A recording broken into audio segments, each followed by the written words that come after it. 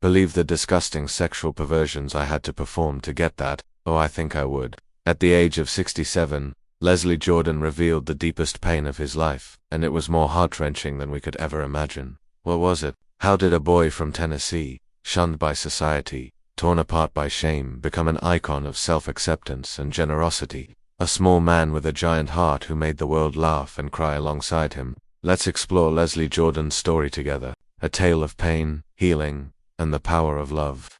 Let's start in Chattanooga, Tennessee in the 1950s. Picture a little boy with a radiant smile who loved playing with dolls, twirling a baton, and reading Nancy Drew stories instead of adventure. Books meant for boys. That was Leslie Jordan.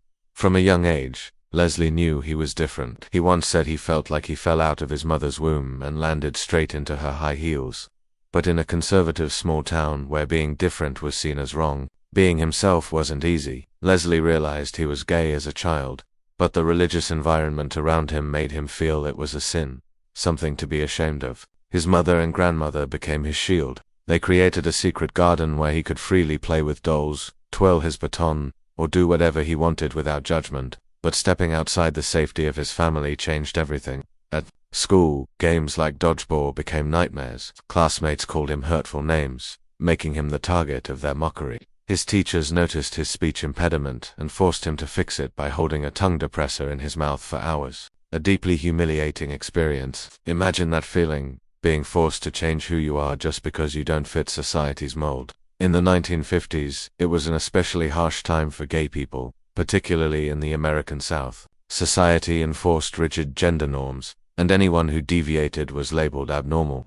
Leslie's early awareness of his sexuality showed incredible self-awareness, but it also made him vulnerable. The protection from his mother and grandmother was a beacon of light, yet it underscored the reality that even the love of family couldn't fully shield him from the outside world's judgment. Leslie's childhood story moves me deeply.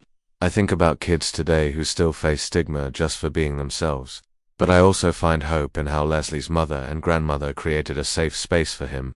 It reminds me that family love can be a powerful remedy, helping us overcome the greatest challenges. The deepest pain in Leslie's life didn't come only from society, but also from a misunderstood relationship with his father. Leslie's father was a military lieutenant, a strong man, who embodied traditional masculinity. Leslie always felt he wasn't the son his father expected. When asked what he wanted to be when he grew up, while other boys dreamed of being firefighters or presidents, Leslie boldly declared he wanted to be a go-go dancer. He recalled the weary look in his father's eyes when he called him son as if it were a burden. Leslie believed his father was ashamed of him, that he was a disappointment. Tragedy struck when Leslie was just 11 years old. 11 years old. His father died in a military plane crash. The loss left not only grief but also cemented Leslie's belief that his father had gone to his grave ashamed of him. That pain became a thorn piercing Leslie's heart for decades. He lived with the feeling that he had never been accepted by his father, that he had failed to make him proud. Years later, at 67, Leslie sat down with his mother to confront this pain. He asked if his father had ever been ashamed of him. His mother was stunned by the question. She shared a story Leslie had never heard. When he was 3, Leslie desperately wanted a doll in a wedding dress for Christmas. His father, though initially opposed, searched every store on Christmas Eve to find that doll. The next morning, when Leslie saw the doll under the tree, he was so overjoyed that he sat down on the floor and peed everywhere. His mother said, "Your father loved you so much, he just wanted you to be happy." That story was like a ray of light, dispelling every misunderstanding, allowing Leslie to let go of the burden he'd carried his entire life. The relationship between Leslie and his father is a poignant example of generational misunderstanding. In the 1950s, traditional masculinity left little room for fathers to express love for a child who was different. His father's quiet act searching for that doll was a gesture of unconditional love, but he never had the chance to explain it to his son. Leslie's pain, rooted in a lack of communication, reminds us of the importance of expressing love clearly. The story of the doll brings tears to my eyes. I think about the times we misunderstand our loved ones, assuming they don't accept us, only to discover their love was deeper than we imagined. It makes me wonder how many moments of love in my own life have been obscured by misunderstandings. Leslie's story is a call to talk, to ask, and to listen before it's too late. As he grew up, Leslie tried to face himself. At 12, he told his mother he liked boys, not girls. She didn't get angry, but she worried he'd be mocked. She advised him to live quietly, to hide who he was. But how could someone as vibrant as Leslie hide? He still felt shame, and to escape it, he turned to alcohol and drugs, starting at 14. In the 1960s, with no support systems for gay teens, Leslie coped alone, and his way was to destroy himself. At 19, Leslie left Tennessee for Atlanta, hoping for a fresh start. The club scene there was thrilling, but also led him down a darker path. He drank, used drugs, and often woke up in strange hallways or stairwells, unable to remember where he'd been. Once his mother had to drive to Atlanta to bail him out of jail for petty theft. Leslie's life became a downward spiral, pulling him deeper. He tried becoming a jockey, leveraging his petite 4'11" frame, but he wasn't light enough, and the job was terrifying. He moved from racetrack to racetrack, but it brought no joy. Drugs and alcohol remained his escape, nearly killing him.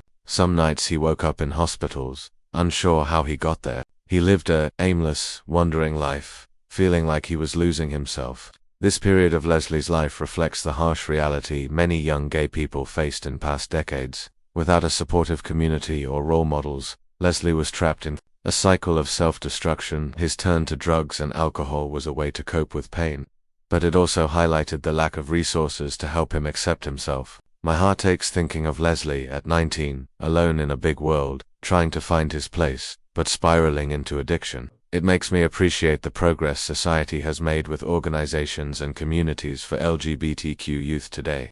But I also wonder, have we done enough? There are still young people struggling, and Leslie's story reminds us to keep creating safe spaces. Everything changed when Leslie was 27. He returned to Tennessee to study journalism. A friend suggested he try an acting class for an arts credit, and that was a defining moment. The first time he stepped on stage performing a comedic scene, Leslie felt a surge of energy, as if he was born for it. He switched to studying theater, and right after graduating, he bought a bus ticket to Los Angeles with $1,200 hidden in his clothes, determined to conquer Hollywood. But Hollywood didn't welcome Leslie with open arms. With his small stature, thick Southern accent, and unmistakable mannerisms, he wasn't the typecasting directors sought. He tried to change ascendancy, wearing cowboy boots, growing a mustache, and lowering his voice to seem more masculine. But everyone could tell he was gay. They called him soft or peculiar, and it scared him. He feared being himself would ruin his career. Still, Leslie found work. In the 1980s, quirky character actors like him were in demand for commercials. He appeared in ads for beer printers, even playing a monkey in a Sake ad with Boy George. But these roles were often comedic losers, making him feel humiliated, like he was just a punchline. He wrote that people saw him as a clown, a failure, and it began to hurt his self-esteem. Leslie's struggle in Hollywood reflects a harsh truth about the entertainment industry, where diversity was often limited to stereotypical roles. As a gay man with a distinctive look and voice, Leslie was typecast as the funny sidekick, his differences exploited for laughs. It shows the industry's contradiction, capitalizing on his uniqueness while denying him deeper roles. I can't help but admire Leslie's persistence. Arriving in Hollywood with just $1,200 and a dream, he faced countless obstacles but never gave up. It makes me think of times I felt out of place. Leslie reminds us that sometimes our differences are what make us shine. While his career struggled, Leslie's personal life remained chaotic. He found his community in West Hollywood's gay scene, but the 1980s were also when the HIV crisis devastated that community. Leslie volunteered with non-profits, delivering food to the sick, supporting grieving families. The work was tough, but gave him purpose. He worked alongside his friend Dan Butler, later known as Bulldog, on Frasier, helping families navigate loss. These efforts revealed Leslie's big heart, even as he battled his own demons, but addiction still controlled him. He drank 2 blackouts, drove drunk, and couldn't remember where he'd been. He entered a violent relationship with a homeless man who once shot him in the arm with a crossbow. If you're wondering why a crossbow, it's because Leslie refused to buy him a gun, thinking a crossbow was safer. Things got worse. One night he was arrested for drunk driving and sentenced to 120 days in Los Angeles County Jail. In jail, as a small gay man,